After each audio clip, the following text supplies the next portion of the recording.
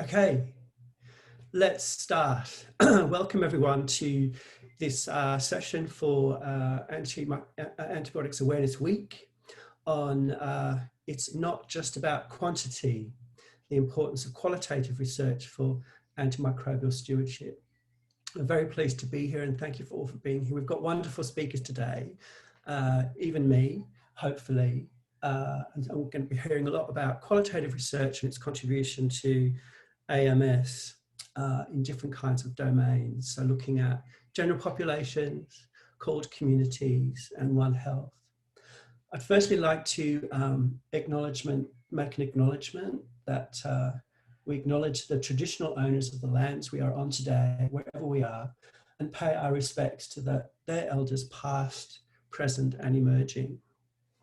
So I think the order of the day will go something like have each presentation in turn and have a little bit of time after each presentation for a question of clarification or two, and then we'll follow up at the end with some more general comments. So please, make contributions, pose questions, and use the chat room to do that. And everything's been recorded so that you can go over these presentations later. So my talk is around general public awareness, and I'm trying to kind of conceptualize how, what contribution the general population, people outside of clinical settings, and what their contribution can be to the reduction of AMR. And I guess what I'm trying to do in this paper is to focus more clearly on actually which publics we should involve and what it is we actually want them to do. So the work I'm talking about comes from a suite of projects that we've been involved with collaborators from the National Centre, from Monash, and from people in Health Protection Scotland. We've been lucky enough to secure funding from the Australian Government, ARC program. Health Protection Scotland has supported my colleagues overseas to look at AMR and One Health. We've also had money from the Monash Provost Research Provost Office to look at cold communities. So while I'm focusing on one particular set of interviews from this work, a lot of my thinking is kind of working across these materials.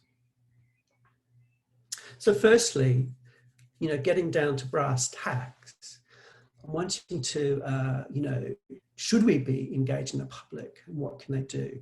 So the first point of call is to look at kind of the keystone policy documents overseas and in Australia. And both, we can find that, the general population does figure in these kind of frameworks.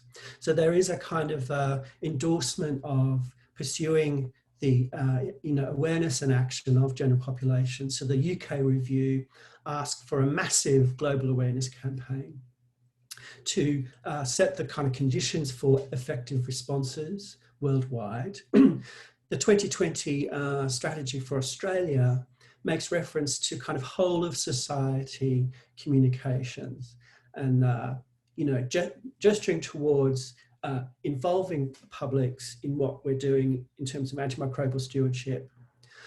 But beyond this, the policy documents aren't that clear about, what we should actually do and how we should involve publics and which publics should be involved.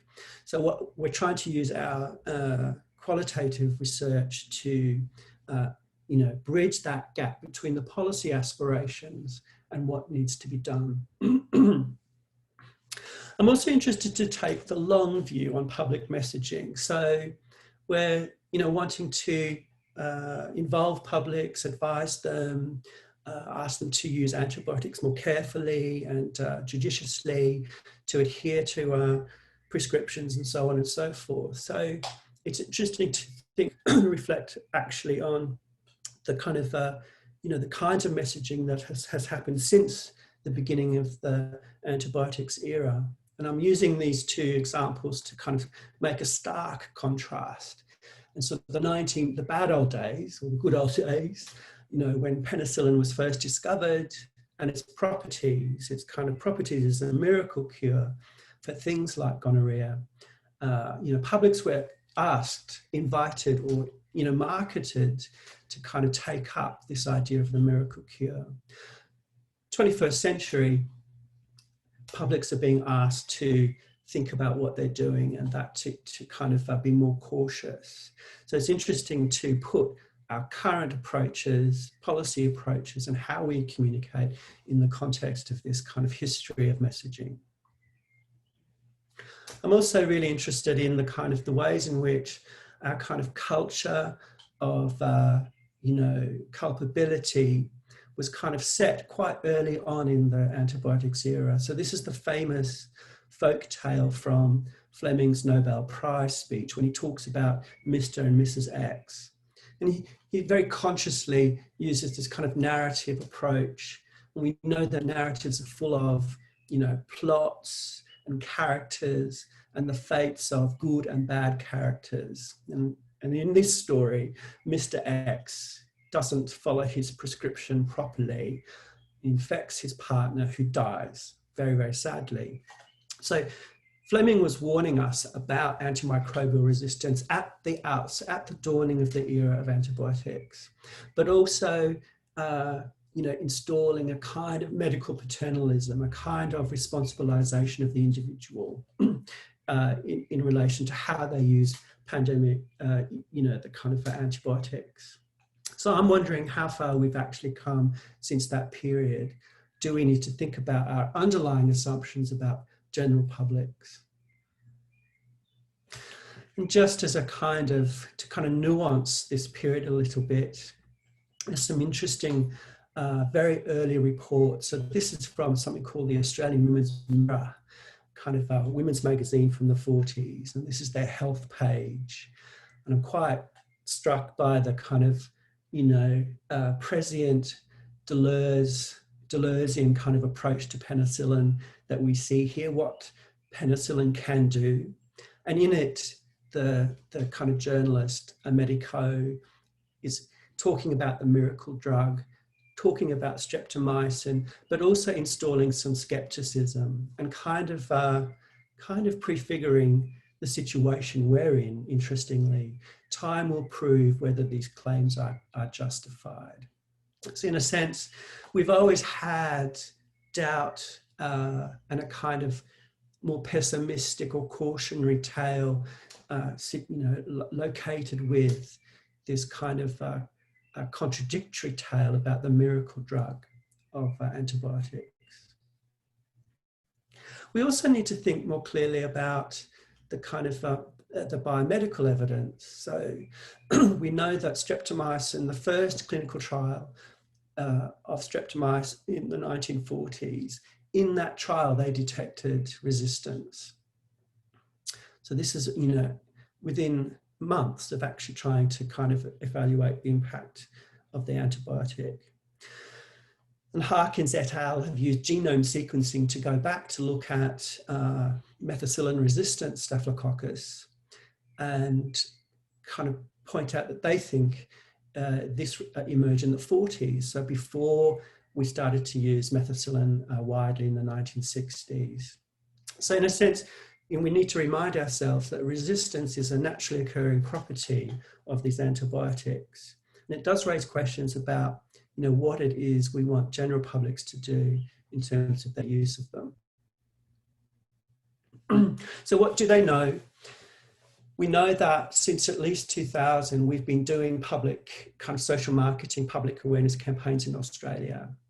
And so for 20 years at least, we've been asking publics to be aware that antibiotics need to be used carefully, and that antimicrobials develop resistance. We had the MRSA media scare probably in 2005, both in Britain and Australia, when we can see that news media peaked around the kind of hospital transmitted MRSA, the golden staph kind of outbreaks, kind of were a preoccupation. So we've been doing quite a lot to kind of involve publics in what's going on. But when we try and survey, try and quantify their knowledge and what they're doing and how aware they are, we find that they're persistently, their knowledge is persistently partial and mistaken, and their use of antibiotics is uneven. And we know that this pattern of partial knowledge and behaviour is related to educational attainment, interest in science and biomedical literacy. So all of the social structures that we know shape health, behaviour, generally play quite strongly in AMR. And that's despite having tried to involve publics for quite some time. We turn to qualitative research, we find similar indicators compared with the survey research, but we also find that people say they're not actually particularly clear on what action they could take to impact AMR. So there are obviously gaps between what we want people to do and how we're communicating it and what's actually happening out there in the world. We also know from qualitative research in health as a cultural phenomenon that people and pertaining to antibiotics and infection and antimicrobial resistance particularly, that people commonly kind of bind up this idea of resistance with their bodies.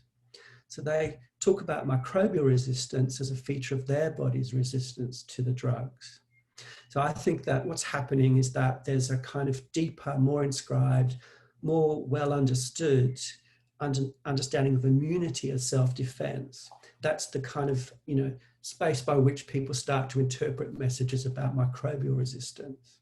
They also seem to rely on something that we could call habituation theory.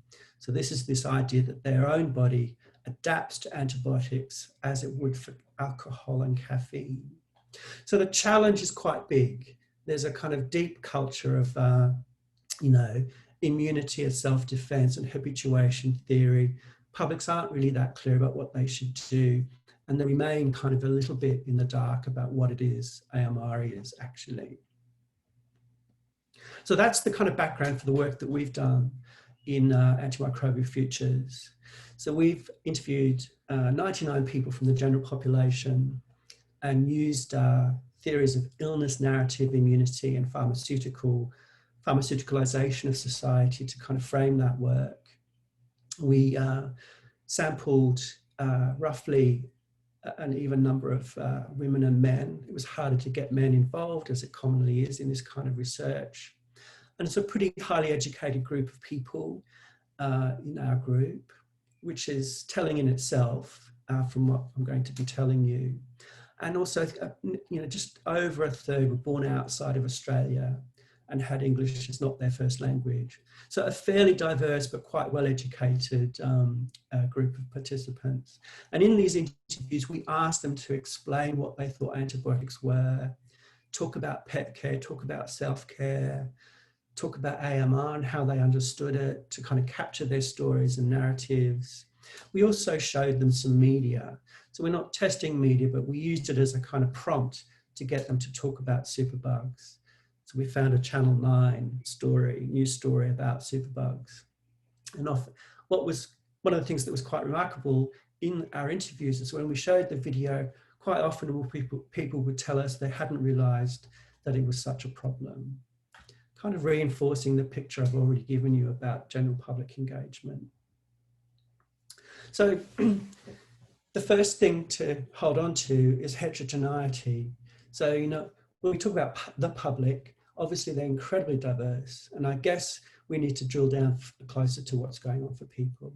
So few of the people we spoke with could explain AMR in a kind of scientifically orthodox manner. People with higher education, and particularly with a science background, were most capable or willing to start to engage with AMR. And people with cold backgrounds, talked about antibiotic use in kind of multiple cultures. And I think what we're finding here is that it's not a translation issue, although that's important, but that people are actually, translating for themselves across the different cultures that they live in to manage their health. And in that context, antibiotic use emerges in different ways. So all of these factors start to give us a picture of how diverse the general public is. We've also identified a sequence of contexts. So when we interviewed people, they told us particular stories that were related to particular parts of their lives or biographical moments or periods in their experience. And I suppose we could say that there probably are other contexts, but these were the important ones. And I'm positing them here today to draw attention to the fact that antibiotic use from the individual's point of view emerges in a particular social context, and we need to understand that if we're to kind of enhance our communication activity. So the 5 contexts are pet care, travel, parenting, early intervention, and self-care. Each of them have similarities and contrasts that make them distinctive as people navigate through them. So in the pet care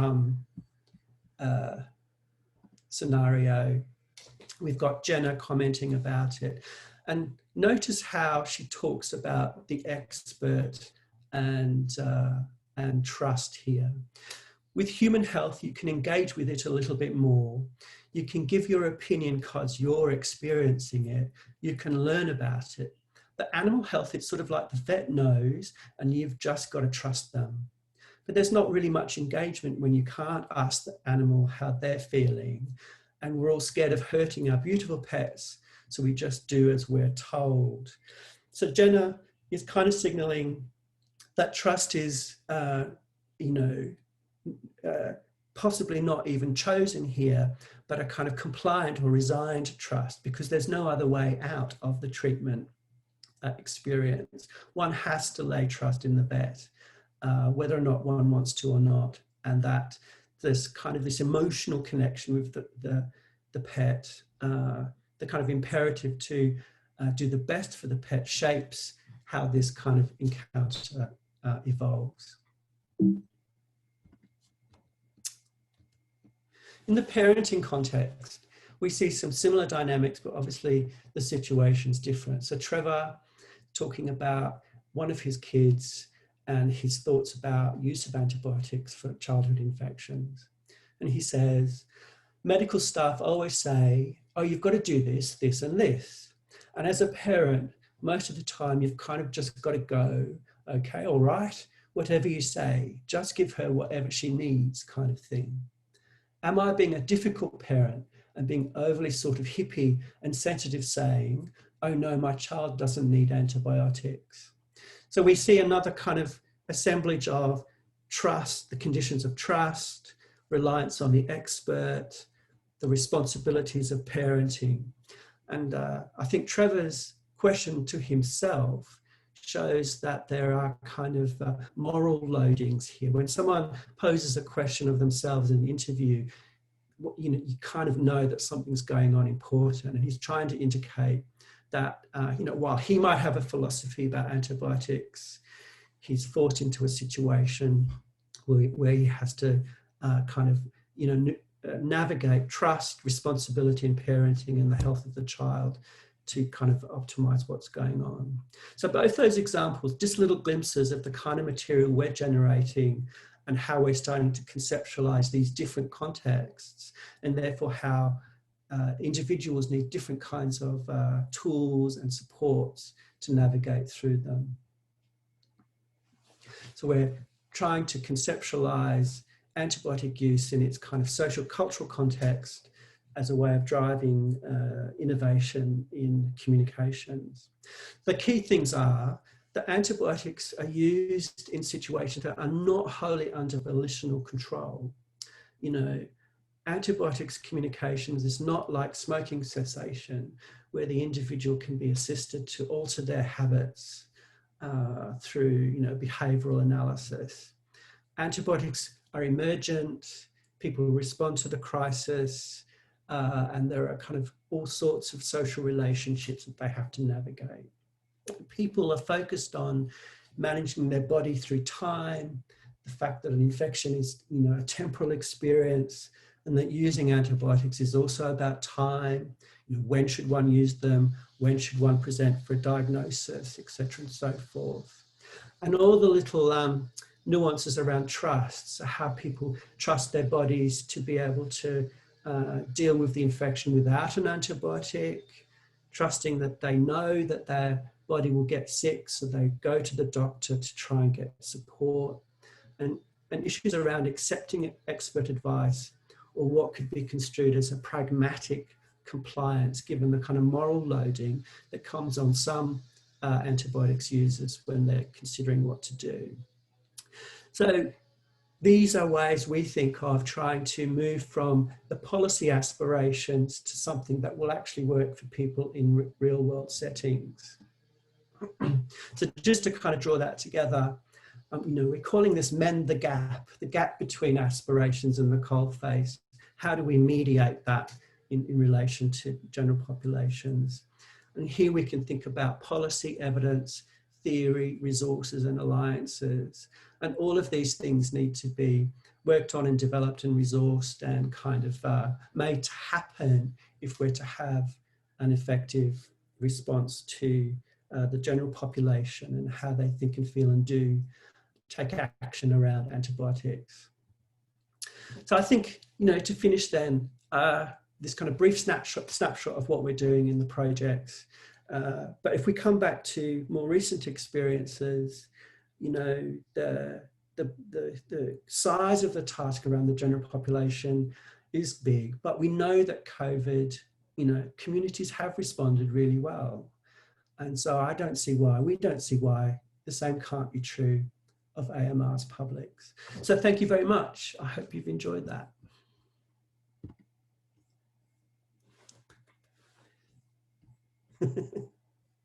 So before we move on, are there any questions?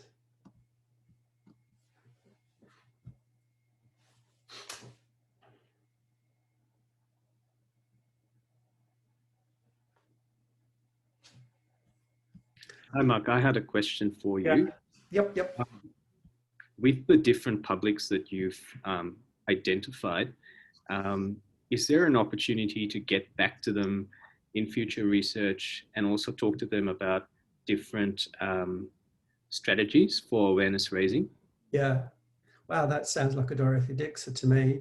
So Arjun is actually going to be doing that work with us in the next year or so. So we're wanting to reach back out to talk to people about their, prescribing experiences, talk to prescribers, and then do roundtable workshops where we get prescribers and consumers together to kind of, generate strategies, generate languages and stories around these specific contexts. So we're wanting to kind of go back iteratively into the field around this stuff. Andrea, please. I can't see anyone. Where is everybody? Everyone's on video. Thanks, Mark. There's a question for you here as well in the Q&A. Okie dokie. Yep. Andrea. Okay. First, I was just wondering, in an ideal world, Mark, the point of this panel, I guess, is how do we support more qualitative research going forward? Ideally, what would you like to see as a sort of a qualitative research agenda on AMR? If in an ideal world, what sort of research would be done? Well, I think that I'd like to see more sociocultural work done. So I think we need to be putting our messaging in a historical context. So some medical history, I think, adds depth and nuance. To know where we've come, where we've come from, particularly in Australia, which has a rich kind of history. McFarlane, Burnett, Flory, etc. There's a kind of strong history there that I'd really like to look at. We also want to set up the research database. So to collate, what we've done in Australia in terms of communication with the public and in clinics, the kind of media we've used and the kind of frameworks we've used, and then carry out research, investigating the images, storylines, methods, different kinds of media we've used. I don't think we've done enough to really understand the social media role. So we use Twitter and Facebook to promote Antibiotics Awareness Week, but we know that most of the people who participate in kind of online pledging and so on are actually us. And I think that's fine. I think we need this time to take stock and energize around what we're doing, because it's so important. But I don't think we're really reaching out to publics out there in the world and how they're using social media, or where their media consumption diet actually is. And so much more work needs to be done about that. You know, how can we use Facebook sites? What about Mumsnet, internet support groups? What about the support groups that we know exist around people who are taking acne medication regularly to deal with infections? So, you know, a much more fine-grained approach out there in the world to reach priority populations on their terms, etc. Those are the kinds of things that need to be happening. I also think there's something going on around social, you know, online pharmacy. So it is possible to purchase antibiotics from overseas. So alongside the fact that people are bringing antibiotics back into the country when they do travel and taking them out, you know, how are antibiotics circulating in the general population? You know, you've got lots of fish tanks. Where do you get your antibiotics? Where does that water go? So there's a lot of work to be done there, I think, as well. It's just a small agenda, really. Yeah, we could just keep going. It's very complex. Sorry, I said too much. Yeah. No. So I think there's one more on the Q&A too. Leslie says, do you interview any farmers? No farmers. We did in Scotland. And maybe Ree has more to say about agriculture, but I think it's the big elephant in the room, and how we engage with that part of society. And just anecdotally, having spoken with some sheep farmers and some cattle farmers in the Western District, when I just sort of mentioned that I was doing research about antibiotics, they weren't particularly keen to talk to me. I think they know there's an issue.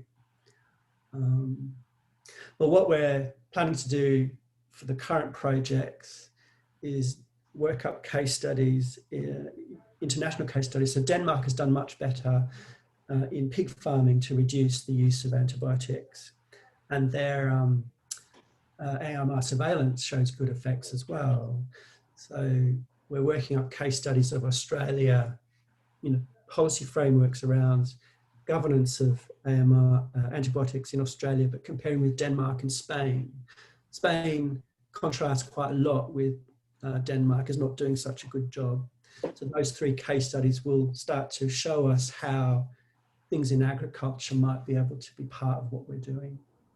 I think it's a really, I was just going to add that I do think that engaging with the ag community is really important, but they have been burned by the public perception out there. There is a pervasive kind of understanding that our livestock industry is responsible for a large amount of AMR in Australia.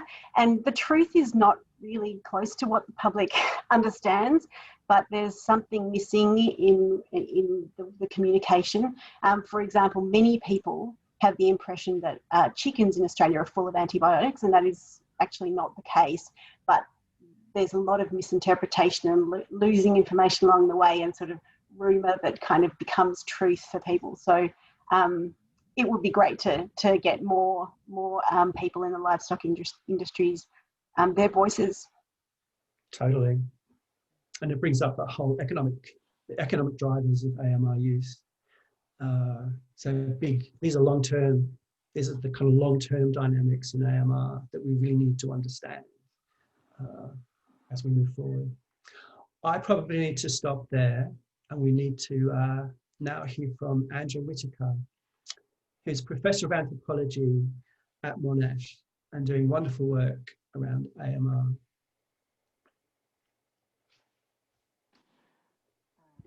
Sorry, I'll just go here and set up.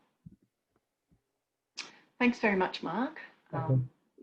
And Yes, in a sense, you've done a wonderful job at introducing this work as well, because of course we work together at Monash.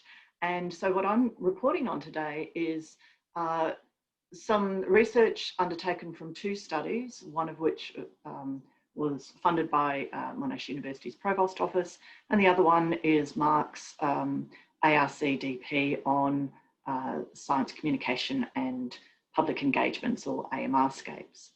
And these 2 qualitative studies, essentially what we did was pulled out people from called communities out of those 2 studies, and we're really asking the questions around what do people from diverse communities do when they're sick, what are their understandings of antibiotics, and what are their understandings of AMR. So it's just a bit of information just to let you know. Very small samples of pretty much pilot work that I'm reporting upon here, but a large range of different communities represented in our sample. Why is this important? Well, we know that international travel is a really well-established mode of global dissemination of AMR, and that people from diverse communities in Australia tend to go home to their countries of origin, often for fairly long periods of time and on a regular basis. And so during that period when they're back home, they may consult doctors, they may use hospitals, and they're likely to use medications or buy medications whilst they're there. And at the same time, they're often exposed to resistant pathogens. So we know that people from diverse backgrounds are at higher risk of AMR, and they're also vulnerable because they may have a lack of familiarity with the healthcare system in Australia, and their language skills may also preclude them from much of the information around the appropriate use of antimicrobials. So we just wanted to look at this particular set of populations and find out to the extent possible about what their understandings are.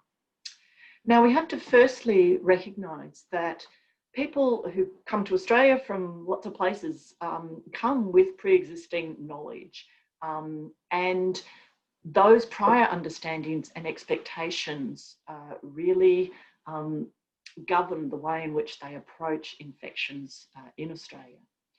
And in many ways, people that we spoke to were doing things based upon home remedies and other traditions, which we might put as self-management as a very positive thing that enabled them to delay or avoid antibiotics entirely. So by no means was everyone an enthusiastic antibiotic user.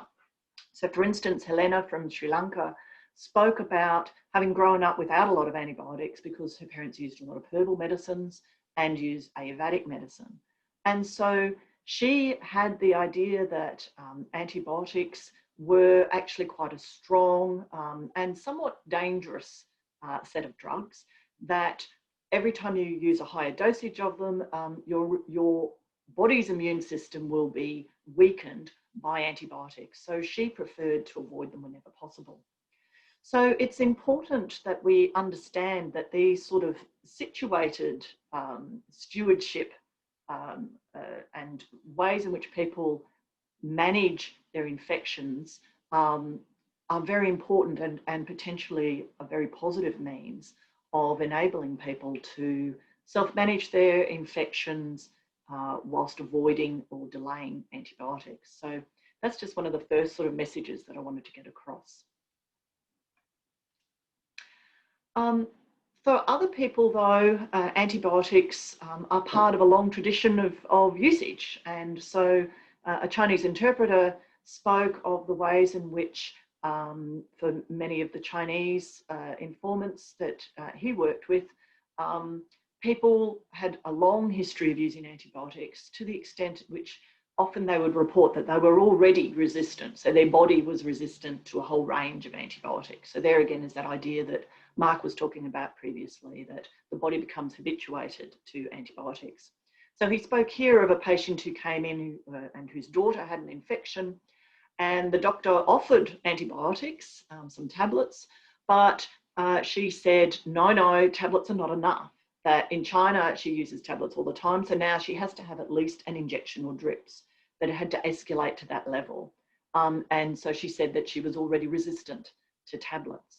So there's a couple of things going on when you see a quote like that. Not only do we see this idea of the body is habituated, there's also a long tradition of using antibiotics in China and of using injections or drips as more powerful means of using antibiotics. And then again, this idea that the tablets themselves, so anything that came in tablet form, so the form and the way in which the antibiotics were administered was the significant factor that she was talking about.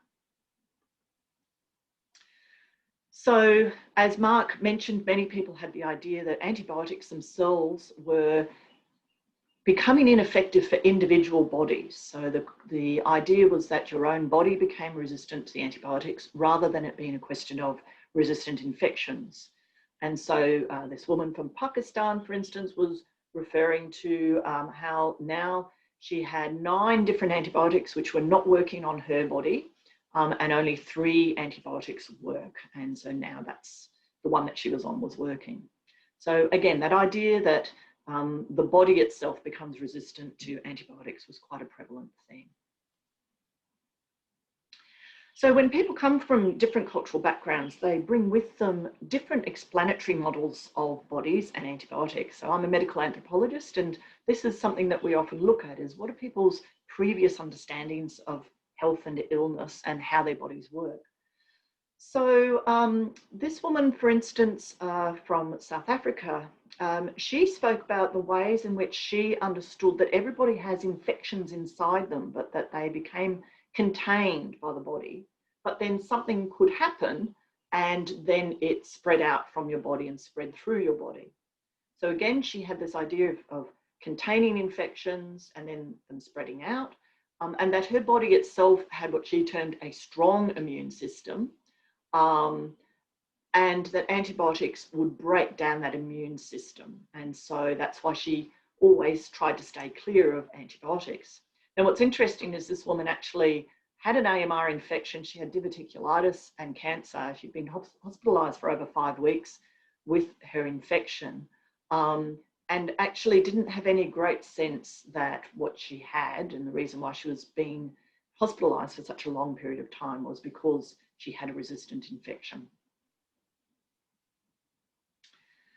So generally speaking then, another very important explanatory model from different cultural backgrounds is one that classifies antibiotics as hot, strong medicines, which work rapidly, they're very powerful, and they also have a side effect of disrupting the body's humoral balance. So by that I mean the body's hot and cold balance, also wet and dry. And so antibiotics were seen as something that affected that, which could actually cause internal damage to your organs and weaken your overall health and body if you didn't balance it, often through dietary means, with things to cool it down. So the next quote was an interesting one, for instance, from Aisha. She actually had a master's degree in a science discipline and was very knowledgeable about antibiotics and bacteria. But then in her conversation talking about it, she again brought up this idea of the humoral understanding that once you were taking antibiotics, you also had to balance it with something very cooling. And so she talked about the need to drink lots of water, have a lot of yogurt, because this would cool down one's system whilst you were taking antibiotics. Again, then Azra from Pakistan talked about when you use antibiotics that they damage inside your organs. She said that what she called the viruses would attack you and damage the outside of your organs, but antibiotics damage internally in your organs because they're very harsh.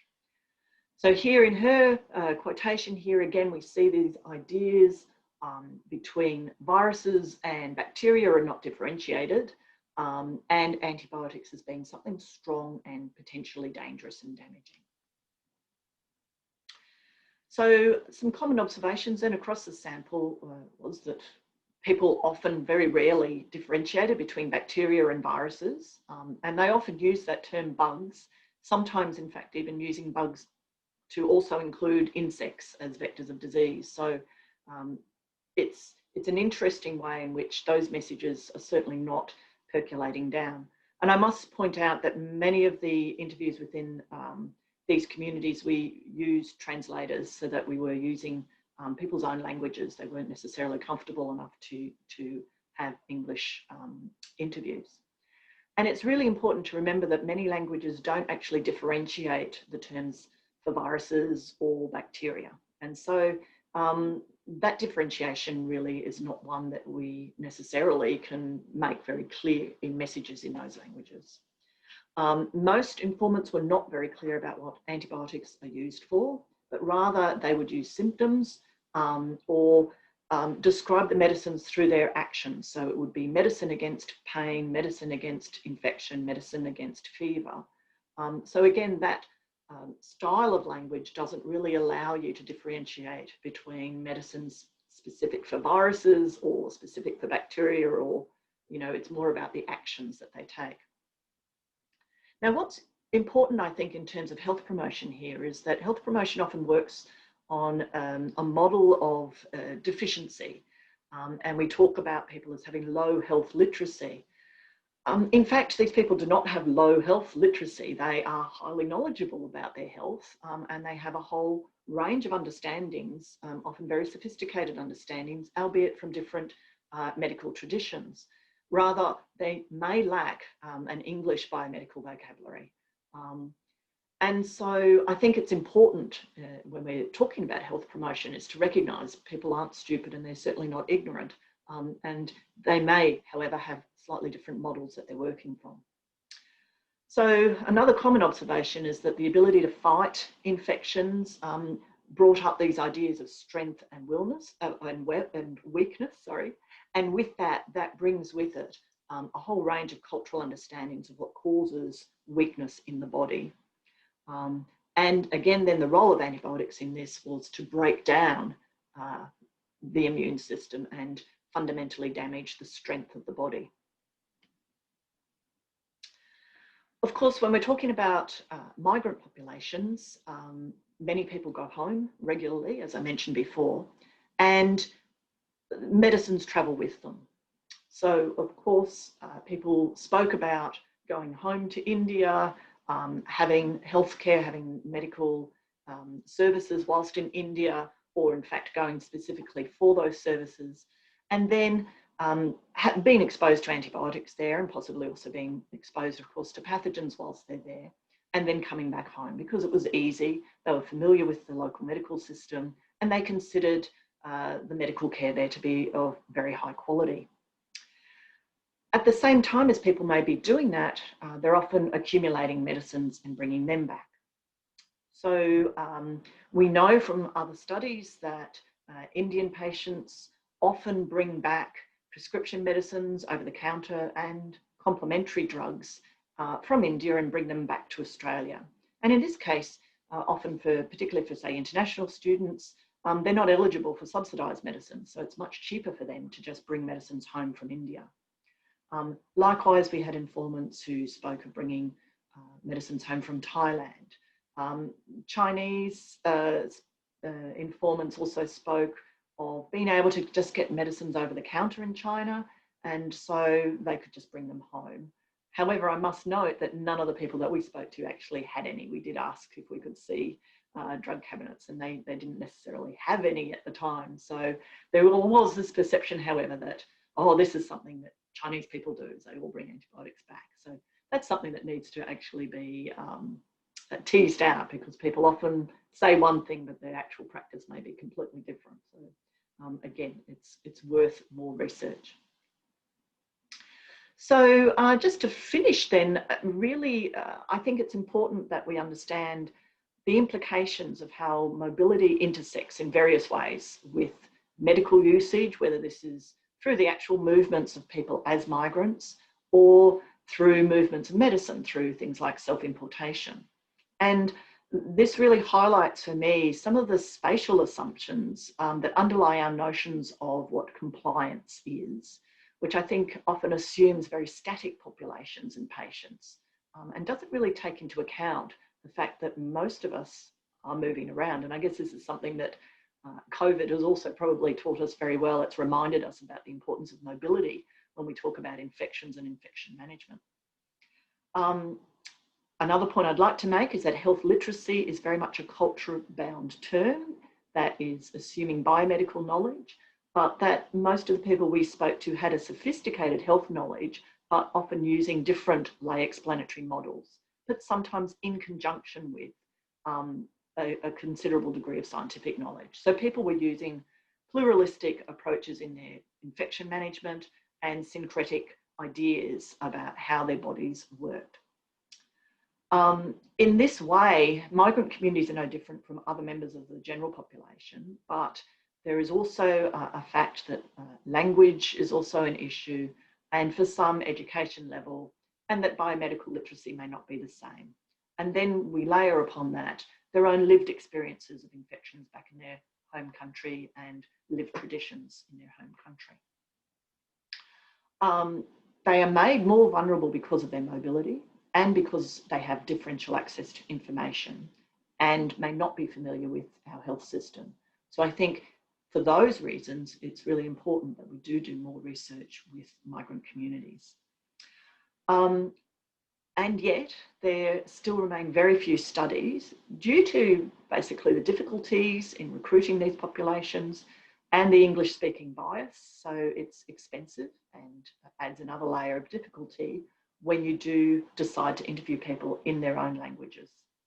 But we do need research into these diverse explanatory models of antimicrobial resistance and what I call the sort of situated antimicrobial stewardship amongst these sorts of communities. So thanks, I'll leave it there.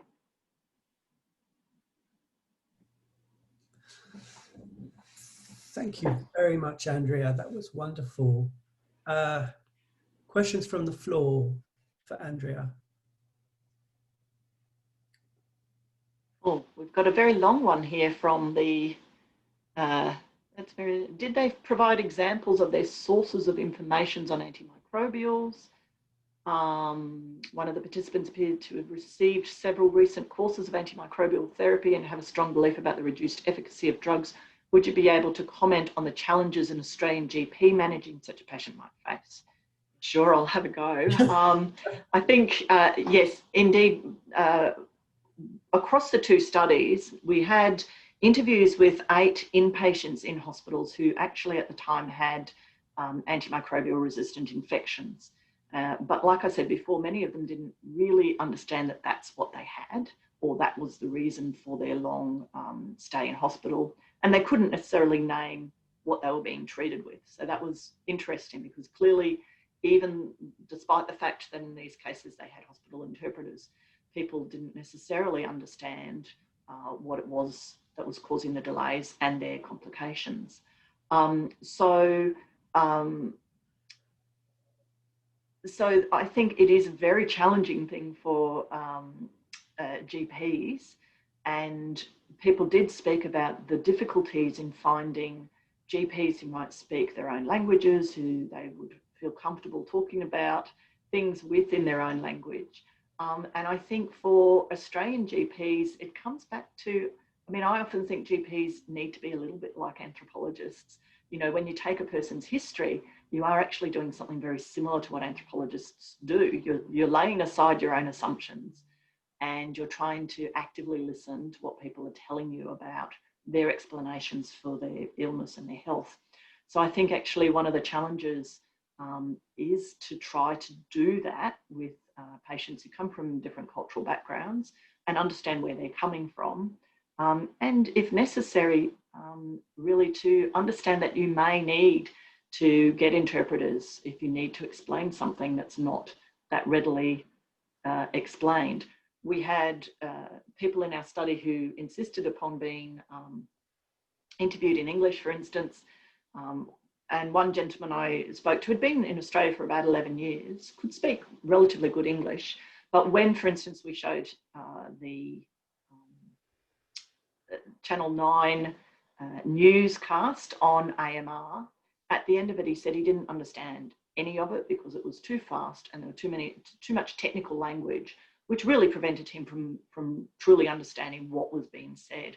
So I think that's a real challenge, that GPs might think that people are speaking English well and can go through a consultation, but in fact there may be a bit of a gap between people's understandings then of what's actually being said and explained to them. Writing things down helps, and I think using interpreters is definitely a good idea whenever possible, if people are welcome to that. That's all I can suggest for GPs, really. We've got any other questions? Can I ask you, Andrea, to talk a little bit more about survivors? Because I think some of your work, you're working with people who have long-term infections. So I'm wondering if there's an agenda there for us in terms of people who are living long-term with untreatable infections and what's going on for them. Yeah, I think the question of survivors and AMR is one that begs investigation, actually. We know that there's lots of people in the community who have ongoing issues, you know, urinary tract infections or amputations and bone infections, things which are proving incredibly difficult for them to treat. And there's anecdotal evidence that some of those people are trying to get a whole range of experimental treatments because they're really on getting quite desperate about their infections. And I think it would be worthwhile trying to see, not only to understand what their resorts to care are and how they're managing, but also really as a means of looking at, I guess, something that we'll probably be looking at further in the future with AMR. We're going to have a lot more people who will be trying to live and manage with resistant infections. So I would like to see some more research on those sort of long-term survivors of AMR, and with a view to perhaps trying to work out other means of care. I think one thing that we learned from the diverse communities is that there's a lot of ways in which people are helping themselves without antibiotics, but often medical professions, because there may not be biomedically based solutions, they're not encouraging people necessarily to go ahead and use their Ayurvedic medicine, or, and I think we need to perhaps be thinking about how people manage infections much more, rather than just saying, well, if it's not biomedicine, that's not something that I deal with, so, and not give any information to people. So I think that's an area that's worth investigating a bit more. I think it's very different, but I think the situation of people with autoimmune illness, where they have chronic low-grade to high-grade, physical and emotional distress, and how they have to kind of assemble life strategies to cope, is also playing there. Yeah, and we don't think of AMR necessarily. We don't think of it in terms of, we often describe it in terms of acute disease. We don't necessarily really think about it much as that chronic. And I think it's important for government and policymakers and decision makers, the people with the levers on resources, realise that there's a kind of morbidity out there, that if things keep going wrong, will grow, and that we need to think about that. And we need to move on, I think, to Riati Scarborough, who we're very lucky to have her here talking about her research around small animal veterinary medicine. Riati is doing her PhD at the National Centre and is also a vet for some time. So over to you.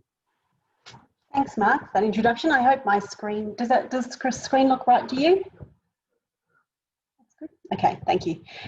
Yes, I described myself on this slide as a veterinarian, but I do feel that's probably a little bit of a misrepresentation, because I haven't been in practice for many years, and I will maybe defer to some of the other more recently experienced vets in the audience.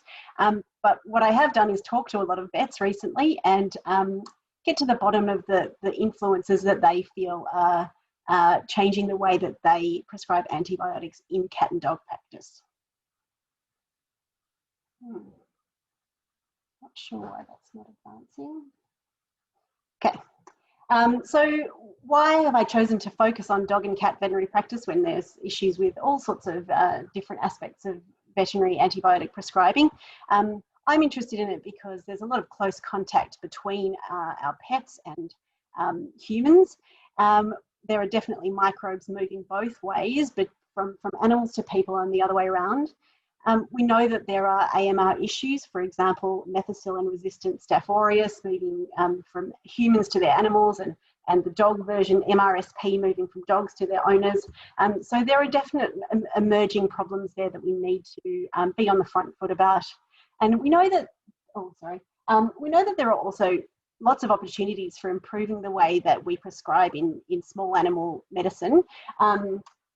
We seem to have a love affair with amoxiclav, which is our augmentin equivalent, and cefovecin as well, which is a third generation cephalosporin. I'll speak about that quite a bit later. And it is an interesting setting because it's quite similar to the human general practice setting, but there are really important differences, and the big one probably being the way that veterinary practice is financed, and that is that all the costs are paid by the owner. There's no PBS, there's no Medicare, it all needs to be paid for by the owner. So that does come into it quite a lot. So my research questions in doing this vet interview project were looking at the factors that influence people's decision to prescribe antibiotics, also the choice of antibiotic for the scenario, as well as route, dose and duration. And I also looked into the use of culture and susceptibility testing. Why and when are you using that as a tool? And I also asked all the vets what changes they thought would help Australian small companion animal vets to prescribe antibiotics more judiciously. But I'm not going to be able to talk about all of those things today. The idea of this project was to get to design some appropriate interventions to support vets. And the things that I'll be talking about today are really focusing on that decision to prescribe antibiotics, and the choice and how it's delivered to the animal.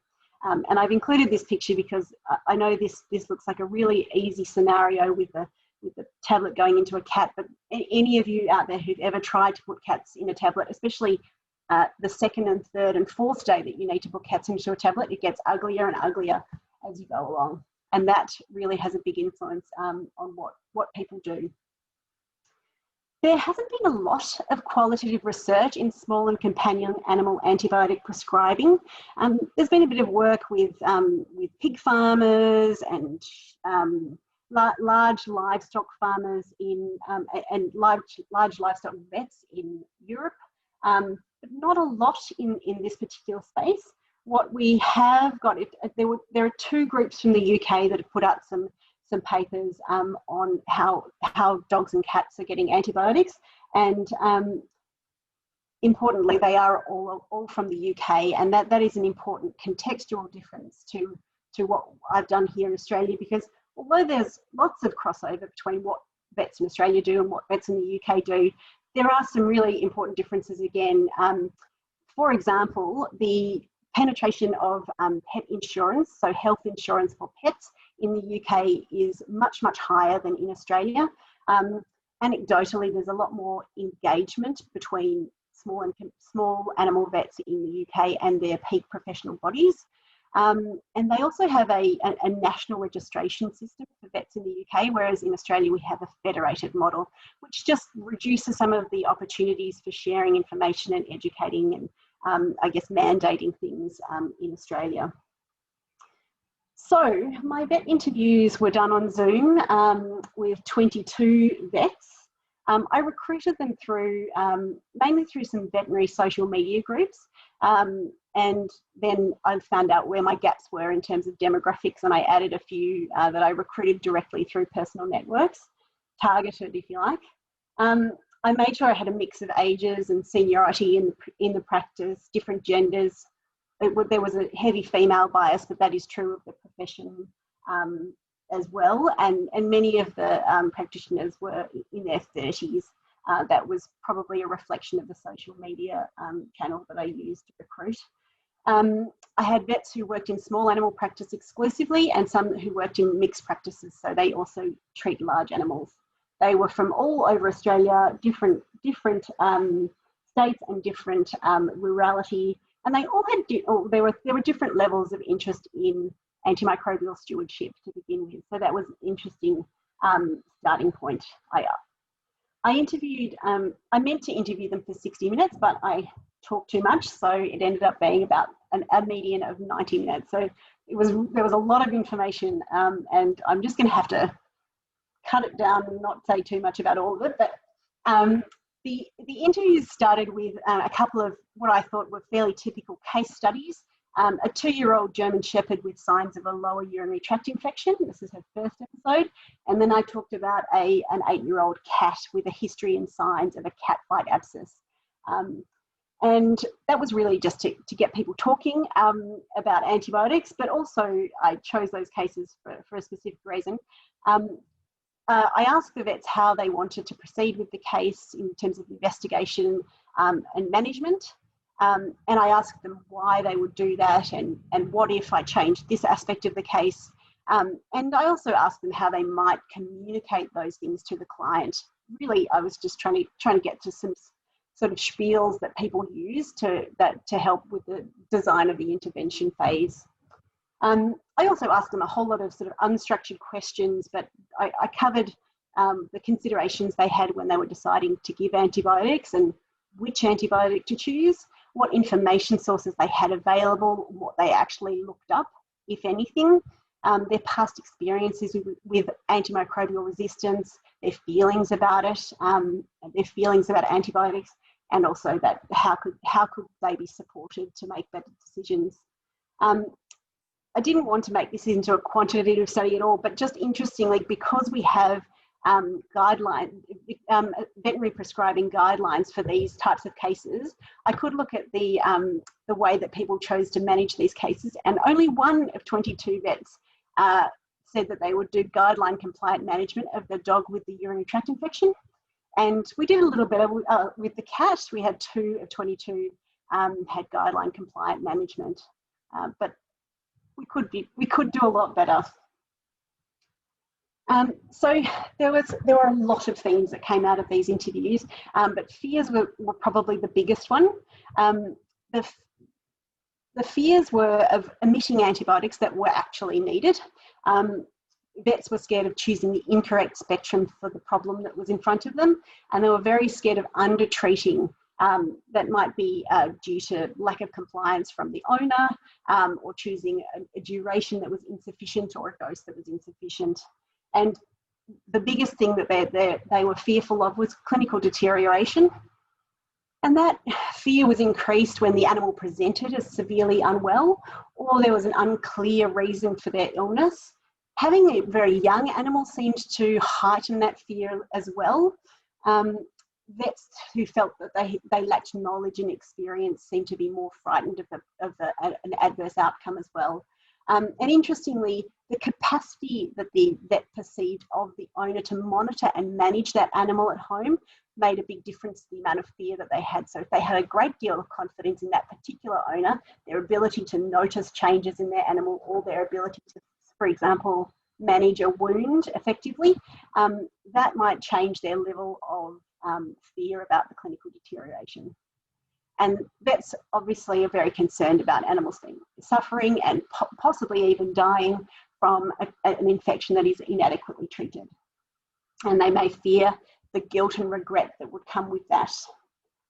Another major fear was the failure to meet owner expectations. And this fear was increased when it was felt that the owner was a bit difficult or unrealistic in their hopes for the outcome, and that I felt was impacted, or they felt was impacted by the level of health literacy in the owner. And I'm aware of using that term now that Andrea has talked about that, but it did seem to the owner's understanding of antibiotics and infection did seem to impact that fear. When owners expect or specific or explicitly request antibiotics, that also increased that fear and made them more likely to prescribe even if they didn't believe antibiotics were really required. A clinic culture that was built on giving people a quick or a cheap fix also seemed to increase owner expectations of antibiotics and increase this fear of failing to meet expectations. Vets with weaker communication skills perhaps had higher fear of failing to meet owner expectations, and their confidence in their own clinical ability also impacted that. Both of these things obviously can lead to owner dissatisfaction, and the next step is that the owner can take action with their dissatisfaction. They may take their business to another veterinary clinic. But the biggest fear really was that the client might complain to or be abusive to the treating vet directly. They might choose to complain to other clinic staff about them. They might complain to your boss. They might even go on social media and, quote, slaughter the clinic on that. And that has been described as an extremely stressful experience for the whole clinic. They might also complain to the Veterinary Registration Board, which has consequences as well.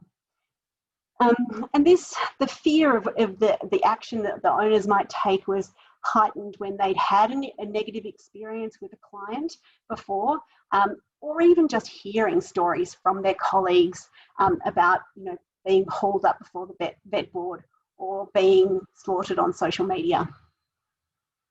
And there are obviously consequences to the clinic and to the vet.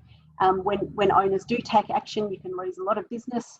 You may experience professional, personal reprimand, and there's a great deal of mental health impact for vets, and they already work in a very pressured situation, which I'll talk a little bit about later. And these fears of the consequences were heightened when there was a really competitive business environment. 10 clinics within a 1 kilometre radius gives clients a lot of options to leave. If there's an unsupportive clinic culture where it doesn't feel like the boss has got your back or your colleagues don't have your back, and also not being aware that there are guidelines that you can sort of fall back on and say that I followed the guidelines, but many of the vets weren't even aware that guidelines existed. And so obviously all of these fears can lead to the unnecessary use of antibiotics, but also can play into using excessive spectrum and duration even when antibiotics are indicated. So some nice quotes on fears. I think those are probably the main things you think of when someone leaves and you haven't given them antibiotics. You're like, is it going to get worse? Is the client going to ring up tomorrow and abuse me for not giving them the antibiotics? Fear is a huge factor in our profession. The fear of being wrong, the fear of repercussions, the fear of being responsible, the fear of being judged by counsel, and he means veterinary board, or by colleagues. It is a big reason we do what we do. Another vet said, I'm not going to put myself in a position where I'm going to get yelled at by a client and impact my mental health for the sake of the greater good of antibiotic resistance, because I just don't have the energy for that. So I think that's a really interesting quote and really reflects the stress of sort of daily battles that vets have in clinical practice. Another one said, you're damned if you do, damned if you don't. I might as well cover my... So another major factor was finances. And by that, I mean the financial position of the owner, but also their attitude to spending money that they have on animal care. Some people do have money, but they don't actually wish to spend it on their animal. And this was related to the high cost, the delays and poor availability of investigations. And that was impacted in turn by the charges by a laboratory, for example, for culture and susceptibility testing, which could cost the client $250. The clinic markup on those charges, the lack of pet insurance held by owners. And these are all sort of very related things, low socioeconomic area of the clinic. And vets often expressed a desire to keep the costs low for the owners. So the result of having these sort of very expensive for the client investigations was that vets sometimes didn't even offer the investigations at all, even though they thought they were appropriate, or they would offer them half-heartedly and not really encourage the client to go down that path, or they might offer them and the owner would decline them. The not offering or not encouraging owners to take up investigations was impacted by vets, sometimes their own financial struggles. They might be projecting that onto the client and thinking, well, I wouldn't like to be told I needed to pay $250 for this, so I won't do that to them. They may have had a lot of past experience with offering and the owners declining, and then assuming that, well, this owner will be like all the other owners and decline when I suggest a $250 investigation. And some vets had an experience where they'd been accused of being too salesman-like a used car salesman, which was one poor vet got accused of when she offered culture and susceptibility testing.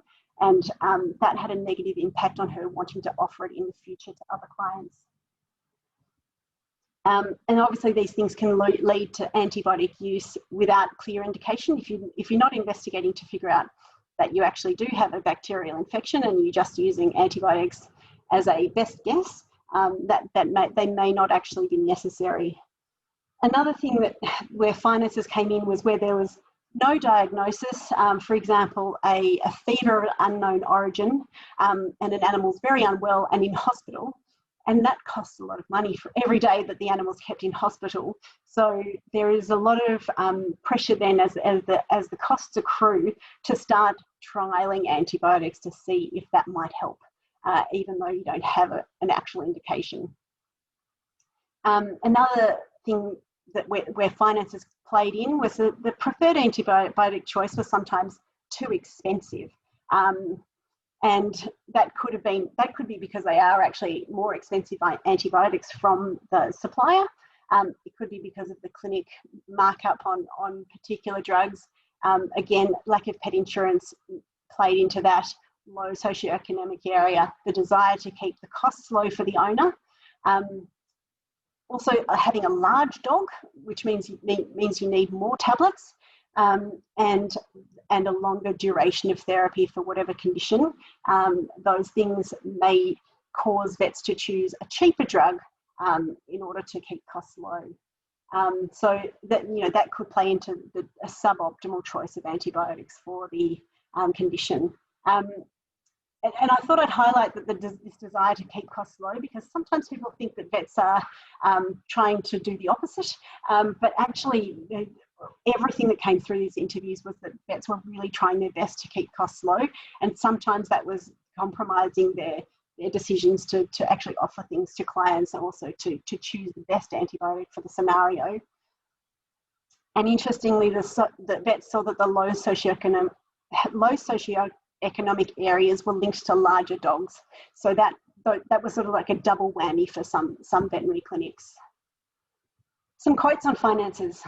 We might have totally skipped all the diagnostic testing because we knew if we did the testing, they're not going to treat the animal. So we have a binary choice there with an owner with very limited finances. Not much point spending all their money on an investigation and then having nothing left in the kitty to actually do any treatment. So then that leads to antibiotic, just trialing antibiotics. My clients are a little bit more cost constrained, and ironically, I have much larger dogs that I'm seeing in this regional town. Whereas when I was in the city, they're basically like French bulldog, cavoodle, city type.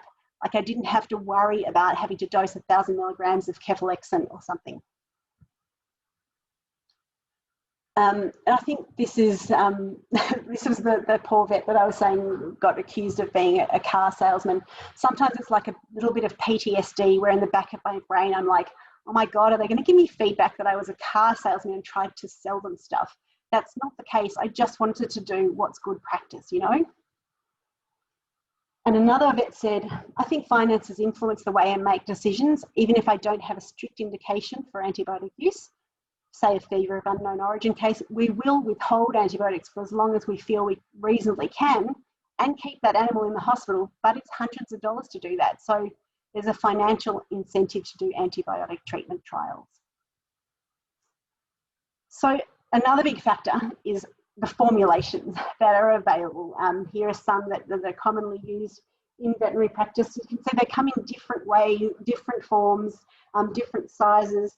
I bring this up because I thought there'd be quite a few people in the audience who may be on the medical side of things, and I think that probably when our medical colleagues are prescribing, they don't have to think too much about how does it taste, what size of tablets does it come in, what's the weight of the person versus the, the milligrams in each tablet, is it going to make them froth at the mouth, all of those sorts of things, which is, for a vet, you do have to think about those things, and they are very important, particularly with dogs and cats who have a great sense of smell, and,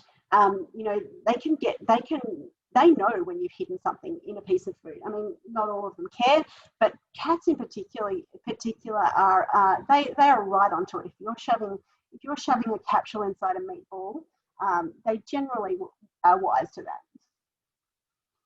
So the features of the antibiotics that are available to us are really important. Is it a tablet, a paste, a liquid? How does it taste? How often do you have to give it? If an owner is really struggling, you might choose an antibiotic that is a once a day antibiotic rather than twice a day, just to make it easier for them. Fiddly fractions of tablets are a nightmare for clients. Saying that you need to give 1 1/4 tablets is just so much more difficult than giving 2 whole tablets. So these do play into people's choices of antibiotics as well, vets' choices.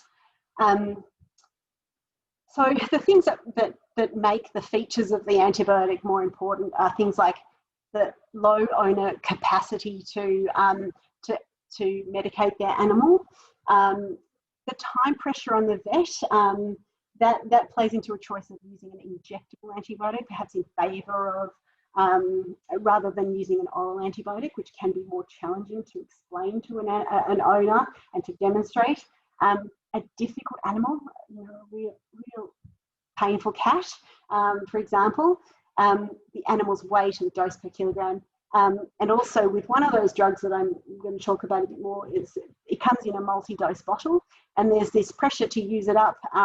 Once you've opened it up, you need to get rid of the rest of it within 8 weeks, or you discard it, and it is an expensive drug. So there is, I think that the vets have in the back of their mind that they do need to use up the bottle that's already been opened. So what is stocked in the clinic is incredibly important as well. And you might think, well, surely they stock everything in the clinic, but no. This is mainly determined, what gets put on the shelves is mainly determined by what the boss likes to prescribe, and your other colleagues. Also, the costs from the supplier. There's a desire to minimise inventory, not have too many choices, because the more that you have, the more goes past its use by date, and and people forget it's there, and so you lose money on that. And also pharmaceutical marketing, they acknowledge that they were influenced by their pharma reps about what was cool and what was good to use, and they would often stock that. There was a great deal of habit involved in the formulations that people chose.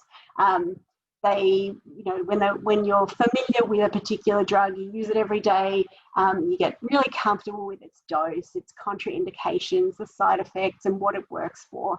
And so that's a really comfortable place to be, and you're much more likely to go to that kind of very, that path of least resistance when you're very tired, and when there's a lot of people in the waiting room and you've got a lot of time pressure. And I dubbed this the dispensary cycle, because what's in the clinic is what people prescribe, and what people prescribe is what's held in the clinic. So this cycle kind of favours the broad spectrum antibiotics, because they cover more things. So one vet said, well, why would I stock straight amoxicillin when amoxiclav with the clavulanate covers more things? And when a drug hasn't made it into the dispensary cycle, it tends to get forgotten. Vets honestly said to me, oh gosh, actually I used to use that all the time. I don't even know why I stopped using that drug. So formulations and what's stocked, it can lead to suboptimal choices of antibiotics and excessive duration. with this long-acting injection that I'm about to tell you more about. So vet said, I consider the cost to the client and the formulation of the tablet we have on the shelf. Like, is it a tasty tablet, or is it really bitter, or is it a capsule they can't break in half, or is it tablets that they can quarter, things like that. And another said, I would go with what's easy to dose for the client, you know, depending on the weight of the animal, what's going to be close to that, or like only having to give, say, 1 tablet versus 2 or 3, or 1 1/4. I think we're all probably guilty of using broader spectrum than needed. I'd probably overuse amoxiclav because it seems safe. Like, you can use it in pregnant dogs, you can use it in young dogs, and I feel like it covers 90% of problems. But now to fractious cats. Now, this, the existence of fractious cats, and all cats have, I think, have the potential to be quite fractious, especially, as I said, when you're giving them tablets for multiple days, has led to great popularity of this single dose long-acting injection of cefepime. It is very nicely called Convenia, its trade name. It's quite expensive per milliliter, but cats don't weigh much, so that doesn't matter as much as you might think. It's a long-acting extended spectrum cephalosporin, which is rated as high importance by ASTAG, and it is the only antibiotic that we have available that's essentially a whole course in one injection the vet gives. So you can imagine how appealing that is for many clients, but also for many vets. Vets are a little bit concerned about the suitability of this particular drug for a range of conditions. They're also a little bit worried about causing some unnecessary antimicrobial resistance by using this. However, the convenience of this single long-acting injection seems to overpower everything else. Not only is it very quick to give, you don't have to teach the owner how to medicate their animal or worry about the elderly lady with her cat getting injured by trying to shove a tablet down its throat. You don't have to worry about the client forgetting about giving the tablets, as they sometimes do after a few days, and not completing the course. So this drug contributes, and the fractious cats contribute to suboptimal antibiotic choices and using excessive duration, because it is a 14-day course. It's effective for 14 days, whereas the guideline duration of therapy, for example, for a urinary tract infection is 3 to 5 days, so complete overkill. There was a feeling that it might actually contribute to using antibiotics without a clear indication as well, because it is just too easy to give. So if you just want to try something, it's a thing you can try. Convenia is so user-friendly, the vet says. It's really good. Cats are so hard to tablet. You can't sort of hide it in a piece of meat and things like that. It's, one injection that lasts 7 days. It works for skin infections. It works for urinary tract infections. It's got a lot of uses. Convenia will be really decided by the cat's behaviour more than anything, like whether it's going to stress the cat more than anything to try and medicate it twice a day, or if the client's afraid of handling the cat, or if they're busy, or if they seem like they're not going to remember, they're too blasé or whatever, then, my feeling would be, well, at least he has this in his system.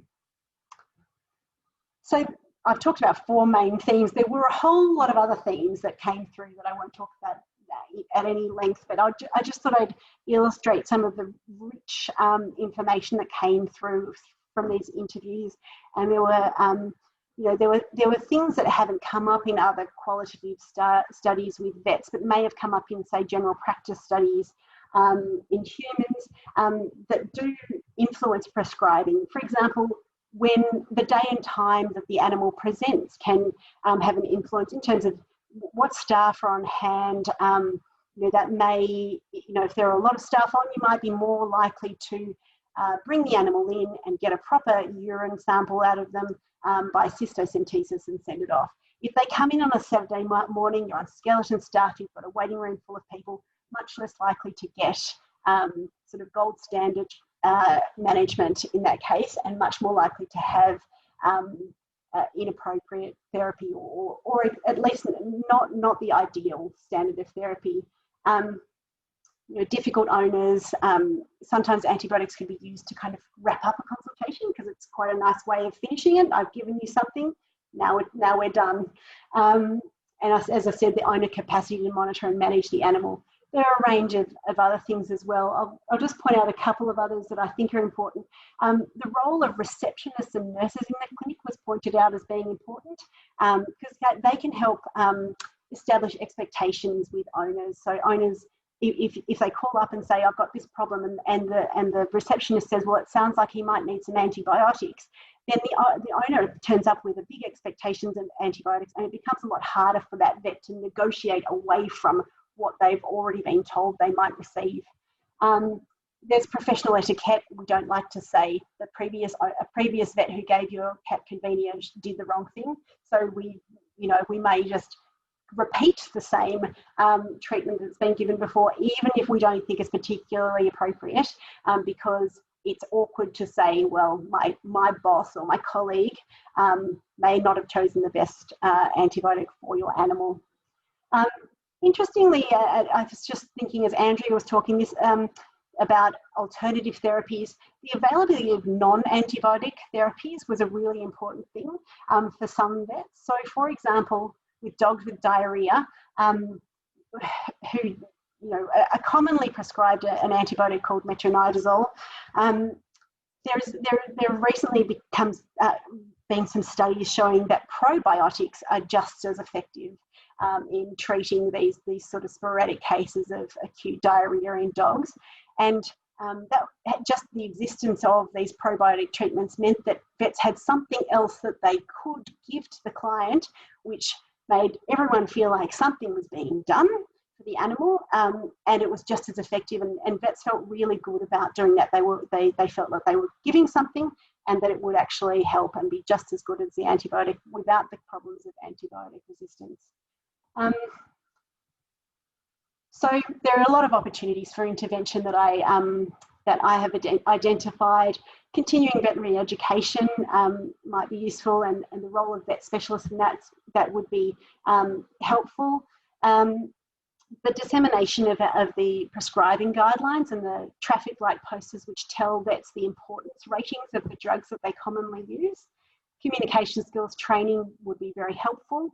A lot of vets felt that, especially in their new graduate, the first few years out of university, they would really appreciate some communication skills training. And I think educating and empowering the reception and nursing staff, educating clients about AMR, going back to what Mark was talking about with the public's understanding of it. If a client comes in with a good understanding of antimicrobial resistance, or at least some understanding, it is much easier to have that. Vet said it's much easier to have that conversation with them, saying, look, I don't think your animal needs antibiotics today, and I don't think that's the best thing for them. If they have less understanding about that, it can be a more difficult conversation. Shifting a clinic culture to being more supportive and more embracing of junior vets in the clinic, and embracing their ideas and what the knowledge that they bring may help as well. And providing social normative information about other vets prescribing behaviour was something that vets also thought would be helpful. So knowing, where you sit in terms of your, for example, cefepime prescribing might help to reduce inappropriate use. And that's all I wanted to say today. I'll stop sharing. Thank you very much. Wow, that was amazing. I tried to cram too much in, I think. But anyway, sorry. That's a PhD, obviously. Fascinating, all of the dynamics that are playing there. I'm aware of the time. We've probably got just enough time to squeak in a question or two. Does anyone want to pose a question for Ree? And there's one in the chat room, I see. Yes, so fear is a critical factor in vets' approaches to antimicrobial use. Did they offer any examples of more judicious use where factors that cause fear were managed well? That's a good question. I think there were there were some examples where clinics had actively worked to create a supportive workplace and do a lot of team building and also gathering ideas from all of their staff. So they have a weekly meeting where everyone's ideas are valued. And I think that did help with reducing the fear. I mean, it made vets feel safer in their decision making. They felt that they would be supported by their bosses, and they felt empowered to bring ideas. So this clinic that had really actively done a lot of management courses to create this culture, they had previously used antibiotics for all desexing surgeries, that's contrary to guidelines. These are clean surgeries, no antibiotics are required, but this clinic was prescribing them for every single one. And once they started these meetings and making it clear to all of their vets that they valued their input, some of the younger vets came up and said, well, we're not supposed to be giving routine antibiotics for desexings. And so they changed it. They just overnight said, okay, yep. If that's what the latest is, let's do that. So I think those things can have a real effect, but they're not immediate. Those cultural change things, they've been working on that in that clinic for years. So it's not an immediate win, but it is something that can be achieved. Would I consider replicating the study for livestock vets? I think if I have time in the PhD, I would love to do that. I think that there's a lot of difference between the livestock vet scenario and the small animal vet scenario, and different pressures, and different consequences for those vets as well.